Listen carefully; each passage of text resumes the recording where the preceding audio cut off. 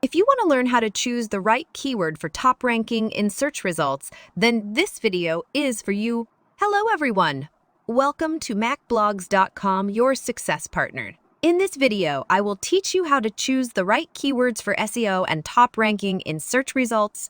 Step 1. Search volume. You have to choose keywords that people are searching for. A good rule of thumb is to look for keywords with a search volume of at least 501,000 average monthly searches. This means that at least 501,000 people are searching for that keyword every month. Step 2. Competition. You have to choose keywords that aren't too competitive. It is important to select low competition keywords. If the competition is too high, ranking for those keywords will be challenging. A good way to check the competition for a keyword is to use a tool like Google Keyword Planner Tool, SEMrush, etc. Step 3. All-in title. All-in title is a metric that tells you how many pages on the web have the keyword you're targeting in their title tag.